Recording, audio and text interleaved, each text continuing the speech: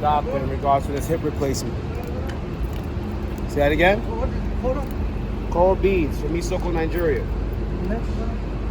Yeah. Both.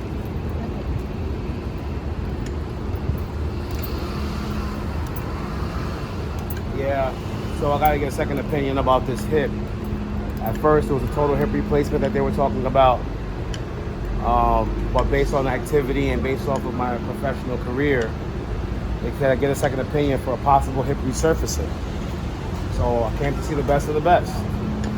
All the professional athletes, New York City, they come here, they get checked out, and we'll see what they got to say today.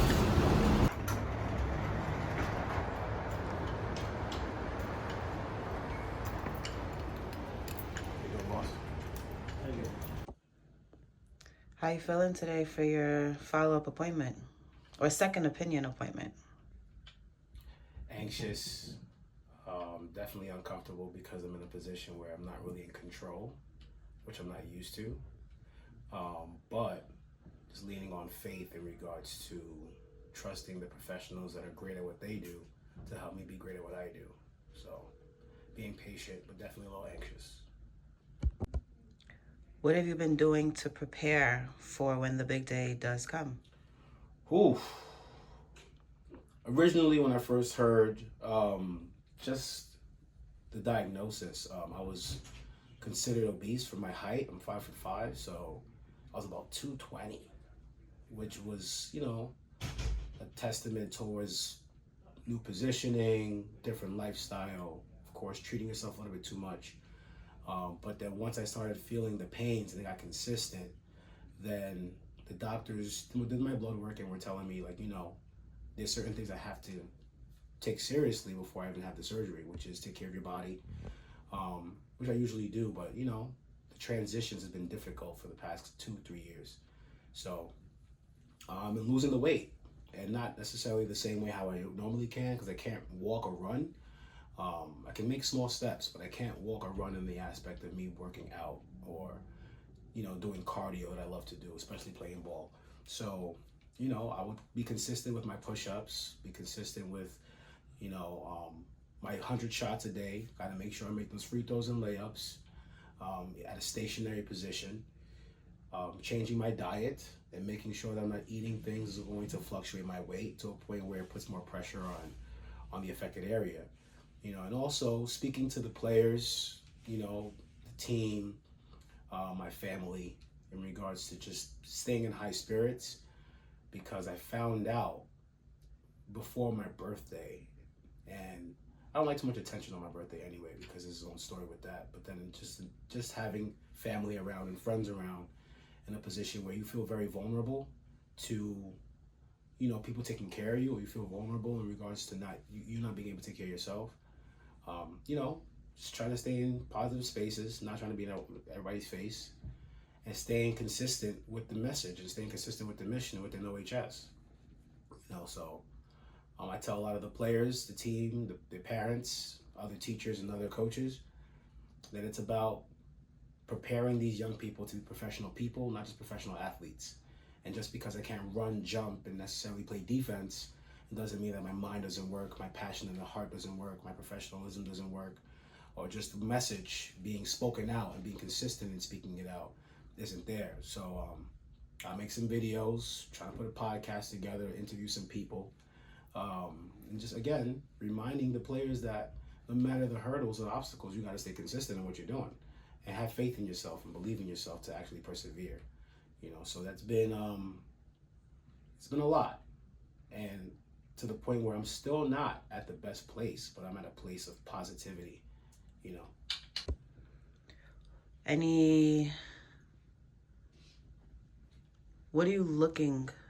What kind of outcome are you looking for or hoping to get from today's appointment? Great question. Solid and concrete answers towards solution. There's nothing worse than being in the gray, especially in situational positions that you're not experienced in. Definitely when it involves your medical condition or medical situation. So I know HSS not only being referred, but I know it to be one of the top orthopedic, medical environments and places you can go to for rehabilitation or for answers. So, no offense to any of the other professionals, I know this is the place I'm going to get some concrete answers, which can calm that anxious or that anxiety that I've been dealing with and put me in a more of a concrete routine to move forward, in regards to when the surgery will take place, how long it will take for me to recover, what recovery would be like, what rehabilitation would be like, and what's the disciplinary actions I have to take towards getting better than I was before. Because nobody wants to go into a situation and feel like they're going to be less than or worse than they were. But you go to professionals that are experts because they can make you feel either just as good or better. So that those concrete answers and feedback is what I'm looking for. So how do you feel about being out of work? It's the worst. Everyone knows my foundation is Our House Sports, what we do within the community, not only in Queens, but throughout the 5 boroughs. But being the borough sports coordinator for New York City Parks Department, Queens Recreation in particular, every job has its ups and downs, it has its journey that you have to travel. But being in that position, I wanted to be in that position so bad because I knew I can implement things, I can bring some type of innovation, I can bring some type of support and development, not only our staff, but especially all these young people that need access to learning. That's how I started. So not being around the kids, not being around the parents, not being in the gym, not necessarily sharing some of these conversations with your coworkers who have that genuine interest in what you do as well. It can be a little depressing, you know what I mean? And the Parks Department came out of nowhere. I almost joined the Navy. I just wanted to do something in regards to just helping out, my children and their mom, just sustain and, live a certain life that's beyond the life we lived as younger people. So the Parks Department, when they called, was a breath of fresh air because I had the opportunity to stay close to my kids. I had an opportunity to stay close to my environment, to the players or the parents I'm invested into, and also help other people who need that help or need that assistance. So working from the ground level of becoming a playground associate to a summer sports experience coach to a recreation director in Far Rockaway, shout out to Far Rockaway as well, and then ultimately get into a position of the borough sports coordinator for Queens Recreation, where I get to go to every different recreation center, every different field house, all these different parks and different neighborhoods in Queens, but also network and bridge a certain relationship with different professionals in different boroughs. New York City is one of the greatest cities in the world, the greatest city in the world. And having that access to influence recreationally has been phenomenal, so, Doc's here. Any fears or worries? Yeah, man. There's the fear of not being able to play the same or play again. That's, sports in general has been a therapeutic place to express myself, to rehabilitate myself, to try to find answers when things aren't clear, or try to calm my temperament or deal with emotions that's not really understood. So sports was really a good place for that. And not being able to physically do certain things the same way at a younger age, it could be a little frightening because it's like, what am I going to do now? I don't want to just sit in one spot or just write all day. Those are still part of the things I do. But I love being a part of the action. I love being a part of the moment. I love being present in competition. I love being present in regards to working towards a goal, whether then you reach that goal or you still need more time to reach that goal. But I love being in that environment and just feeling that I won't be able to do that anymore or help the people that I've usually been helping in the same way can be frightening. But again, I have faith that there'll be adjustments. I'll pivot. Shout out to the Pivot too. They've definitely been a podcast I've been listening to keep me in positive spirits. But again, just thinking about different ways to keep the mission going and keep the goals going and still keep that fire there. But it's frightening, Plus, young people think they nice, and just because you make the NBA or you probably ain't go to a lot of these D1 schools, no one really knows your story. So when they come across somebody that necessarily knows how to play, the right way at a high level, to them, they're wondering, oh, how come you didn't make to these places? Because I can't really, I can't guard you. I can't play against you. I'll try. But, you can just feed their confidence and you feed the competition, but sometimes it's great shutting up some of these players or these young people that think they're nice and they're just too arrogant and have no humble nature in them. And they just feel that they can just, they beat you because you're old. But when you get older, you got IQ, experience, different ways to do things, smarter ways to do things. And, just like Jordan when he was 51 on the Charlotte Bobcats, he had to come down sometimes in practice and show them like, yo, he's Jordan. So eventually, when that time was over, he stopped playing. But I'm nowhere close to that time, so.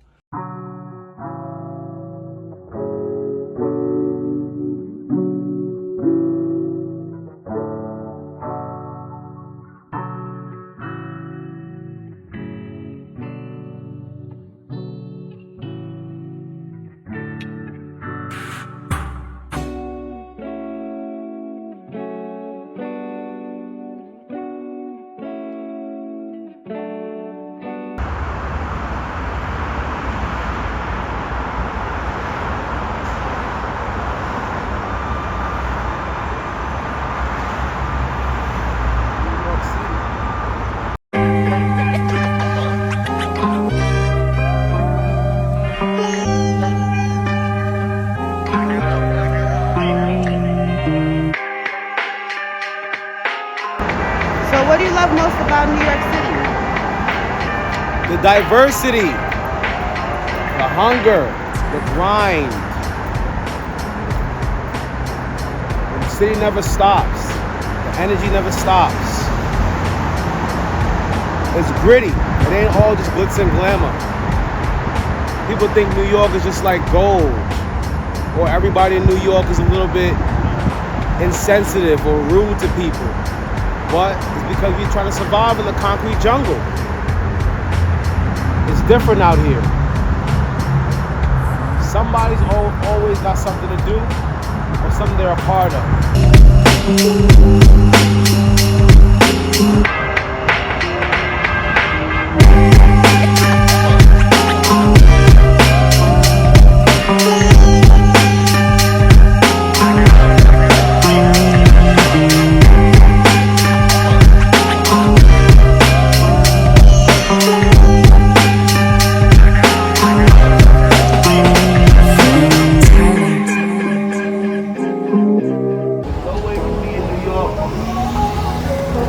Can't get your taxes right.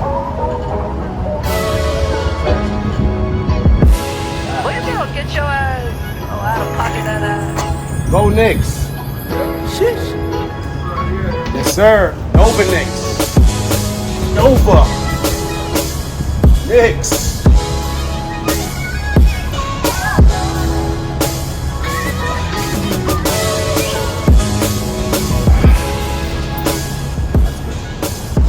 Said no lower body workouts. Upper body's still good to go.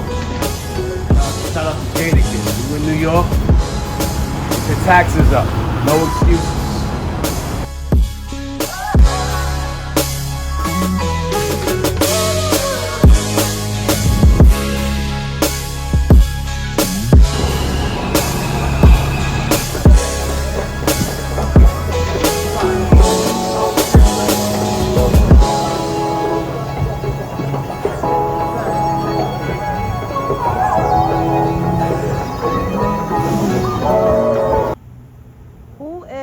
Coach John compared to Jonathan? Coach John is the motivator. Coach John is the influencer. Coach John is the coach, the presence, the doctor. The many hats is going to be a presence to assist you on your journey. Using all of his different experiences professionally, listening to different coaches, parents, people, and different professions. He culminates all that experience to put a perspective for these student athletes to become the best they can be. Now, Jonathan is the insecure kid that was shy to go outside, and interact with people, but not shy to go outside and venture off and I would say explore. Again, not just insecurities, but kind of second guessing himself, kind of trying to find his own identity and find his own way, not only through his siblings, but through his surroundings. So Jonathan was just a curious kid that was really inquisitive about who he is and what he wants to be without trying to be in everybody's face. And he wasn't so confrontational, wasn't too aggressive, be temperamental at times. But Coach John is kind of the mature person that found his identity and found his calling to pay forward things in the right way, in the right perspective, with the right energy and the right balance. So Coach John is a gentleman that wears many hats, professional in some aspects, hood in some aspects. For those who know, you know. And Jonathan's just a kid that was trying to figure out how to be Nigerian in America. That's what Coach John is compared to Jonathan. What is OHS? OHS. That abbreviation stands for Our House Sports. Keynote, we have to focus on the hour. And it's a foundation for player development and academic enrichment for the youth. What I mean by that is, my parents are Nigerian, in Nigerian culture, education is key. And it's part of one of the most important things that's a part of our foundation. But we didn't have a huge presence in sports, and we didn't really take it as a professional opportunity or a serious opportunity when it came down to a career path. So it became an environment that I can actually teach while guide these student athletes that have high academics and actually put them in a position to capitalize on their potential when it comes down to sports. So it's a foundation, it's a home, it's an organization that's looking to develop or create a family and a network for people to always come back and pay it forward to the next generation.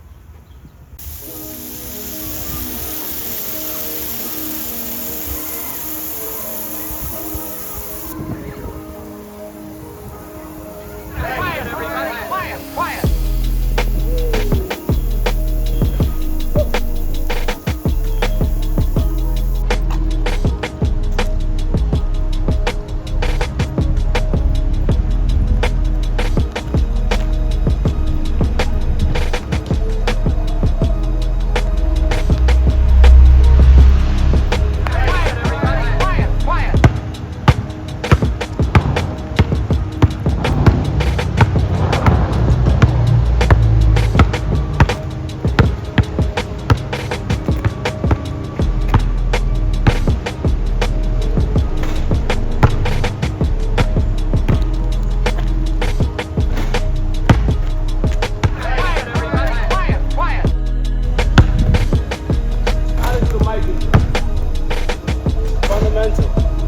Work on your angles and your layups with both hands.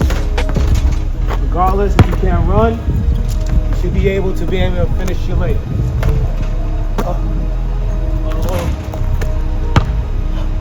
Quiet, everybody! Quiet, quiet!